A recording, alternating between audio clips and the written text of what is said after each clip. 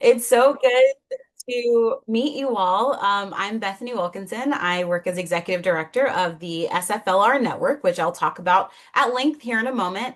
I'm based in rural middle Georgia, so it's cold and beautiful, but not snowing. I like to think that I would love the snow, but I have no proof of that because I'm from the South. So I like hearing about your snow lives and your skiing, and I like to imagine that it would be good for me, but who knows? But yes, thanks for having me. So I will go ahead and share my slides here. Can everyone see this okay? Excellent. And as many of you likely know, it's tough to monitor the chat while in screen share mode. So um, just bear with me if you post things in the chat and I don't see them. I will get around to them eventually. So the topic of my presentation today is on sustaining forests and securing family legacies, the impact of the SFLR network. SFLR stands for the Sustainable Forestry and African American Land Retention Network, and I'm going to share all about who we are and what we do and why I think it's important. But I want to start our conversation by visiting a little county. Let me see if my slides will advance in South Georgia. So it's Turner County. It's here in the blue. Turner County is a pretty small town or a pretty small county of about 9,000 people. I'm in rural middle Georgia right now. So if I were to go, I'm about an hour south of Atlanta. If you were to go 2.5 more hours, you would hit Turner County. And in Turner County, Georgia, there is a small town called Ashburn, Georgia. Now, Ashburn, Georgia has about 4,000 people. Um, it's 60 or 70% African American. And in 1962, a little boy was born there. A little African American boy was born to his family in Ashburn, Georgia. Let's call him Bill for now. So, Bill was born in South Georgia, and his grandfather had 200 or so acres of land. So Black family owned this land in, the early 1900s. And on this land, we don't know right now if there were, how much was forested, but we know that he farmed a lot on this land. So he grew a lot of food, was very passionate about not only selling that food to provide for his family, but also about giving food away to those who needed it in his community. As Bill's grandfather aged, none of his children wanted anything to do with the land. Many of his sons were either just not interested in seeing how hard his life had been, how hard the work was. They just didn't want to do it. We're also talking, rural Georgia in the early 1900s to the mid 1900s. So it was the Jim Crow South. Like many other Black folks, many of Bill's aunts and uncles fled the South. And so they went up north to Virginia, some to Pennsylvania. And so over time, the 200 or so acres owned by Bill's grandfather were no longer held by the family. And to this day, we don't know what happened to them. We don't know if it became heirs property, which I'll discuss in a moment, and then it was sold. We don't know if the grandfather intentionally sold it. We just know it's no longer a part of the family. And so little Bill has no way of accessing, managing, caring for the land that had been in his family for many generations prior to his arrival in 1962. So when we think of Bill's story in Ashburn, Georgia, it's not a unique story for many African American families. And some of this might be familiar to you all, but it really does ground the work that SFLR Network does. Some of these stats are pretty old. One of the things I'm hoping to do in the future is to get up-to-date research. Maybe the Dovetail team can help me with that at some point. But currently, the best data we have right now says that between 1910 and 2017, African American land ownership in the South declined by an estimated 85 to 90%. And so from about 15 million acres, some say 16, some reports say 19 million, we don't know for sure, dwindled down to about 2.4 million acres across the Southeast. And so, similar to Bill's family in Ashburn, Georgia, there are a variety of factors at play contributing to land loss for African American families. And I use African American and Black interchangeably if you haven't noticed, but just to name that, I use them. There's not a reason. That's how I talk about it. Um, so there are a variety of reasons that land loss happened for Bill's family, and has happened for many African American families. One of the personal factors is a lack of a succession plan. So there's not a clear sense of the land's owned by me. I'm going to will it to this child in the hopes that they will do X, Y, and Z with it. So a lack of succession planning on the part of the landowner.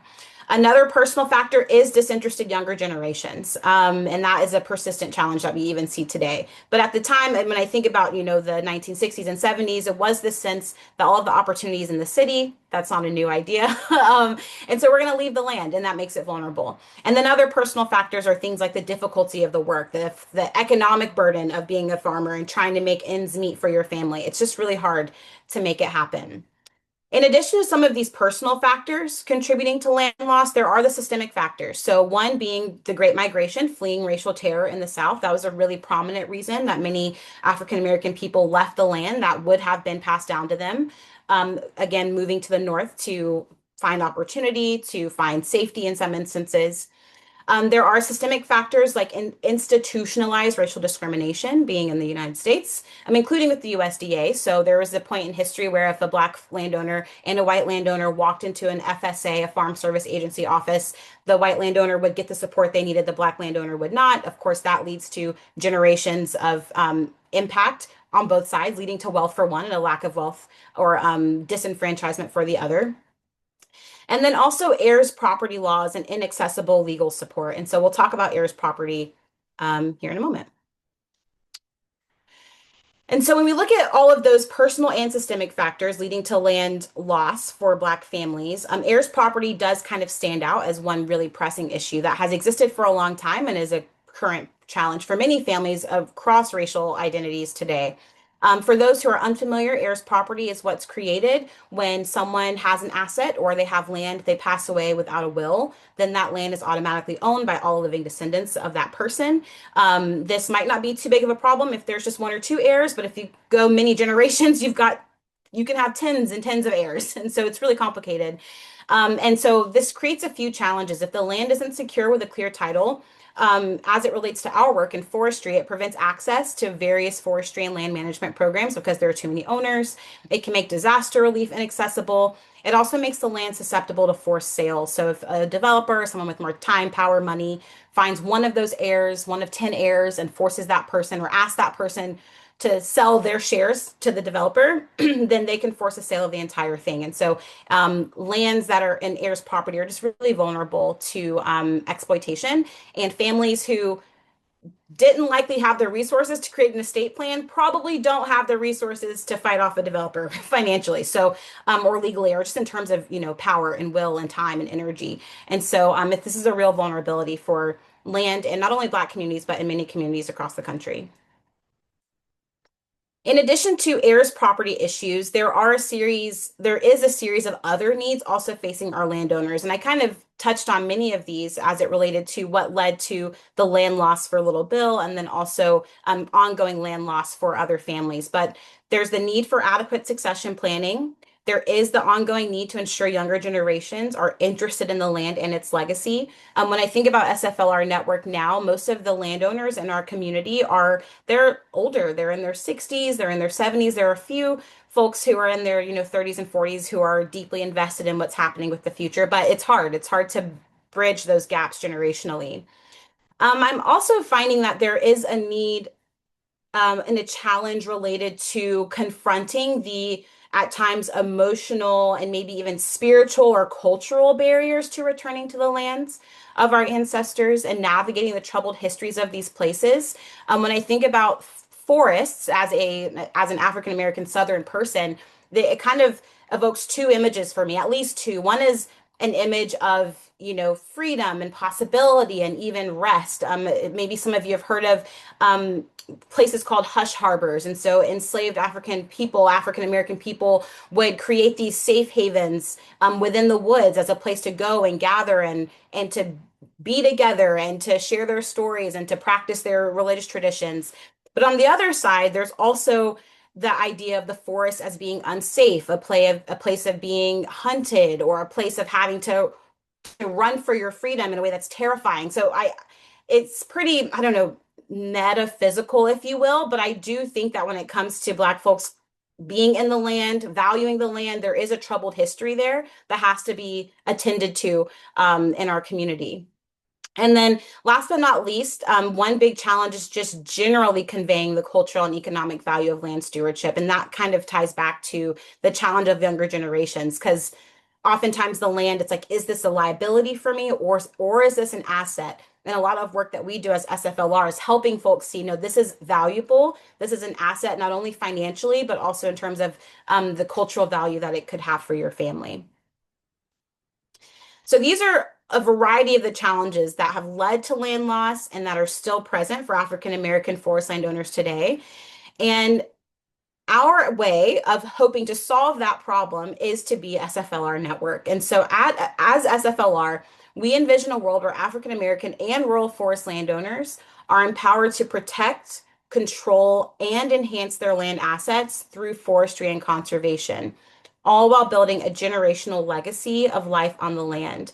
We do this work as a collective, as a network on purpose, and I'll break that down here in a moment. But we really do believe that our collaboration as a group of organizations can change the world and can change the lives of families who have land and don't quite know what to do with it, how to steward it, how to protect it, how to care for it going into the future.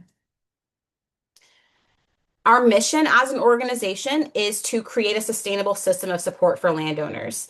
And so that being a sustainable system means that we are providing education, we're providing legal support, we're providing financing, and we're also providing community. And our hope is that by building the sustainable system of support for these landowners, we'll see an increased value of privately owned forests through sustainable forestry practices, through land retention services, and through the technical assistance that we provide.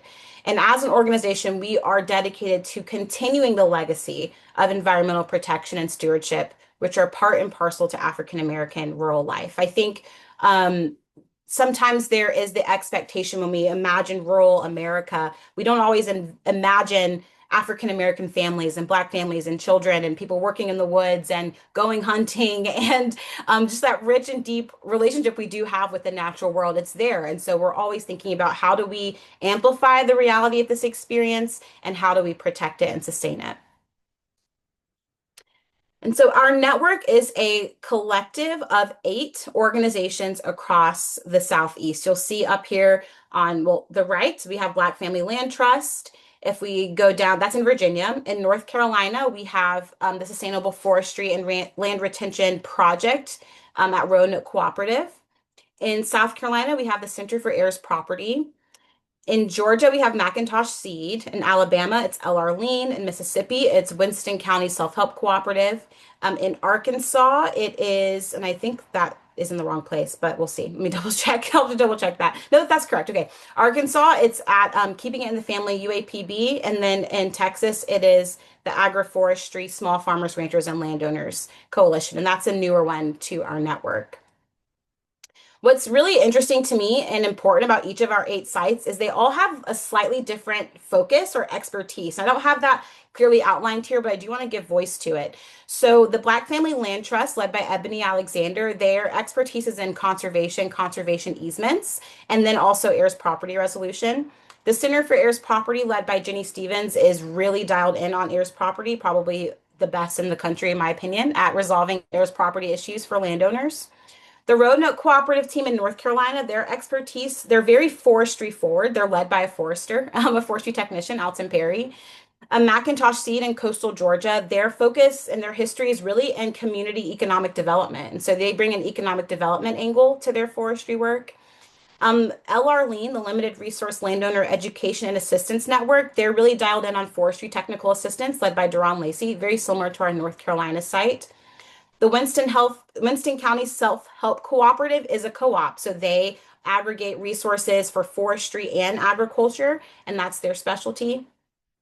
The Keeping It in the Family program at University of Arkansas Pine Bluff, their team is led by Dr. Henry English, and they have a really strong forestry program and then also incredible technical assistance. And then our newest site is the Texas Agroforestry Farmers, Ranchers, and Landowners Coalition. They are brand new to the network as of 2 weeks ago, so I'm still learning what their sweet spot is. I'll be able to tell you hopefully in a few months. So as SFLR, there are 3 pillars for our work. Pillar 1 is land tenure and legal security, which speaks to the heirs property challenge. Pillar 2 is sustainable forestry and asset creation.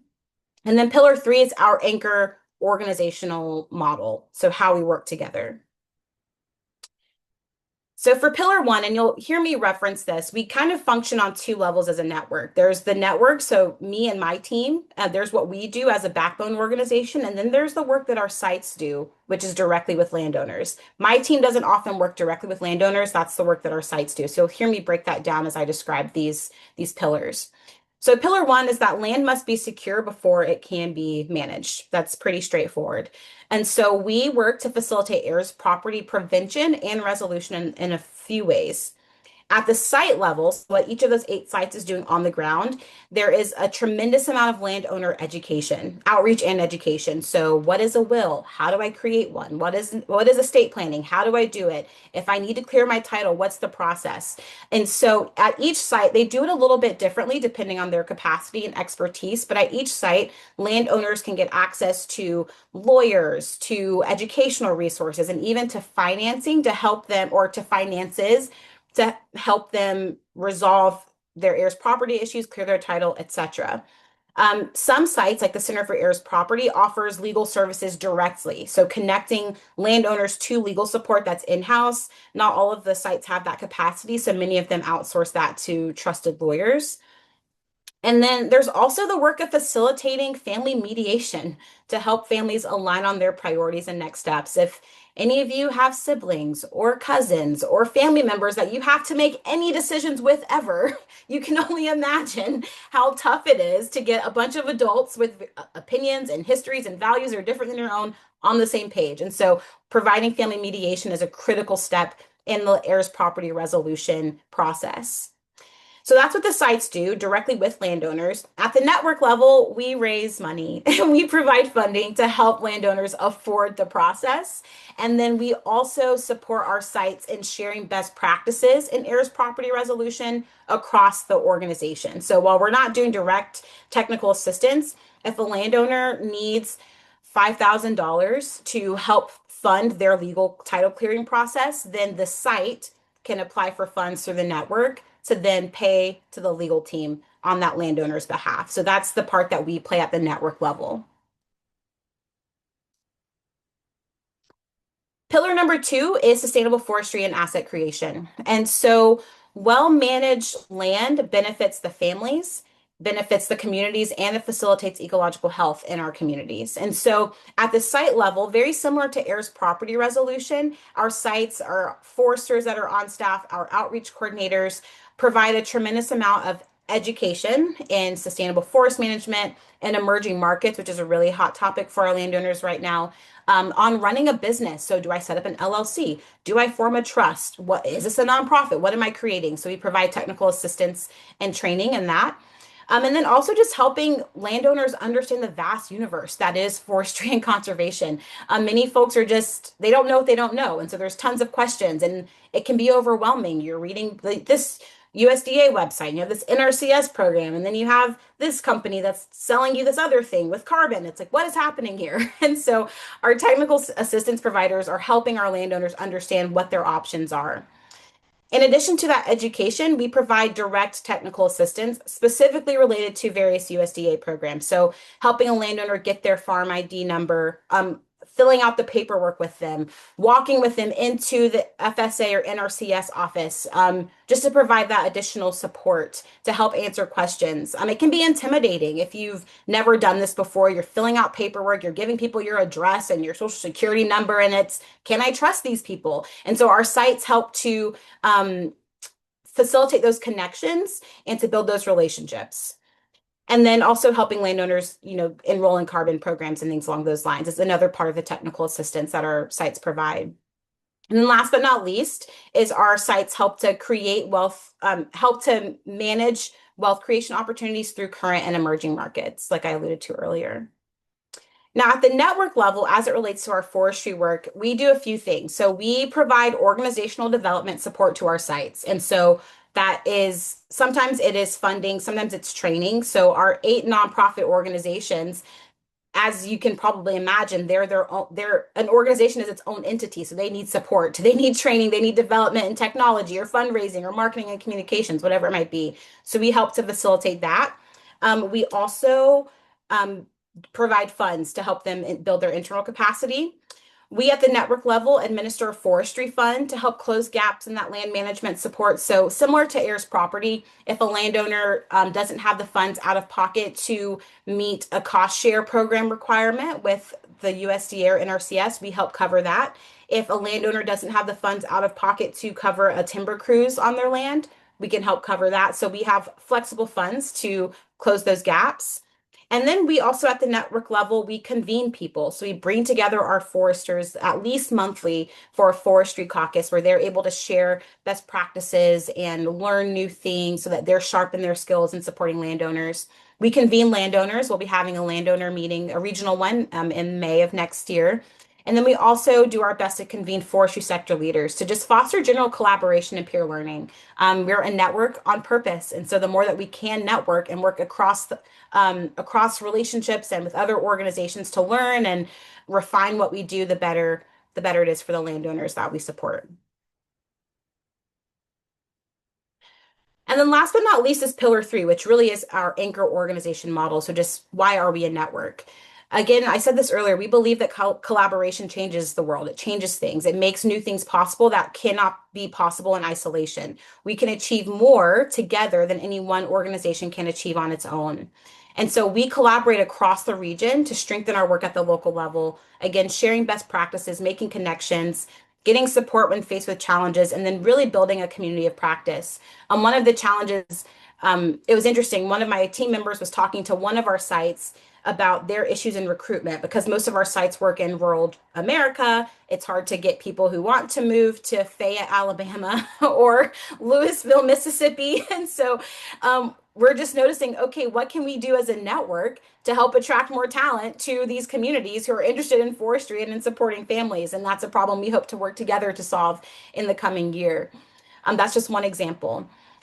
As a network, we're better able to receive and deploy resources. And so SFLR Network, we function as an intermediary. So if a funder wants to give to an entire region, they can give to SFLR Network, and then we manage the deployment of those resources.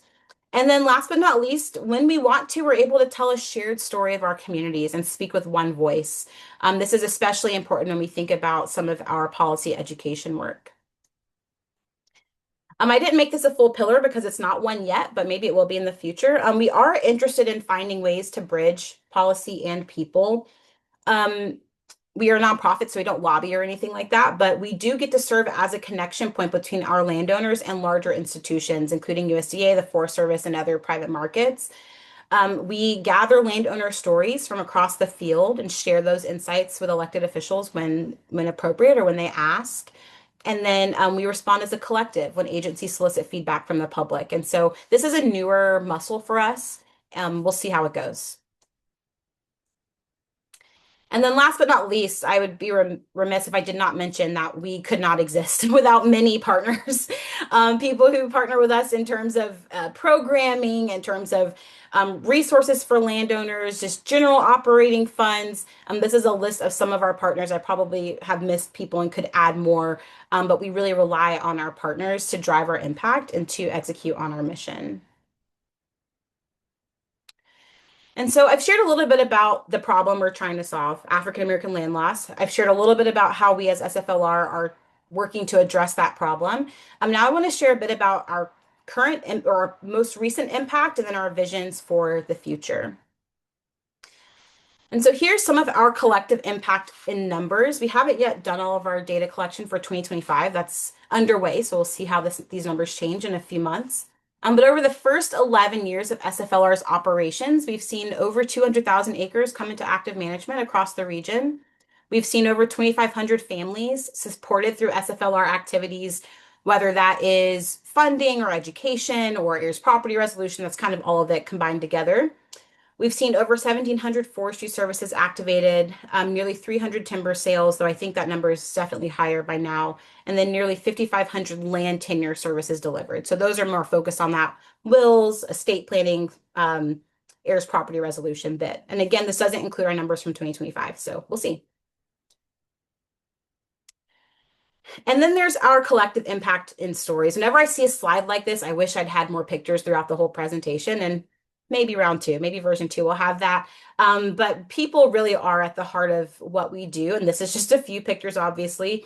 We share our stories through our social media channels, through our newsletter, and then also we do have a podcast. But this slide alone captures a forestry field day that we did in partnership with Dovetail back in September, a site visit we did in Mississippi. On the bottom left, that's Mr. Saul Blair. He has a pretty a not yet resolved heirs property issue in rural Georgia, and his story was featured in USA Today. Macintosh Seed helped as much as they could, but there are some legal barriers that are really keeping his land from being fully activated. And then we have these other pictures from our team in Arkansas. But yeah, people are the heartbeat of our work and our mission, and it just brings me joy to see their faces on this slide. So, visions for the future. Here are a few things that I'm thinking about and my team's thinking about as we look to next year and beyond. Number one is to continue investing in rural people and places. And so we already raise funds to build the capacity of our sites and to close financial gaps for landowners. But something my board keeps talking about is just what does it mean to be rooted in rural America, and what is the story that we want to tell about being African American landowners in rural America? So it's something I'm thinking about a lot. I haven't fleshed it out in terms of programming or anything, but I'm excited to see more dollars move in our rural communities.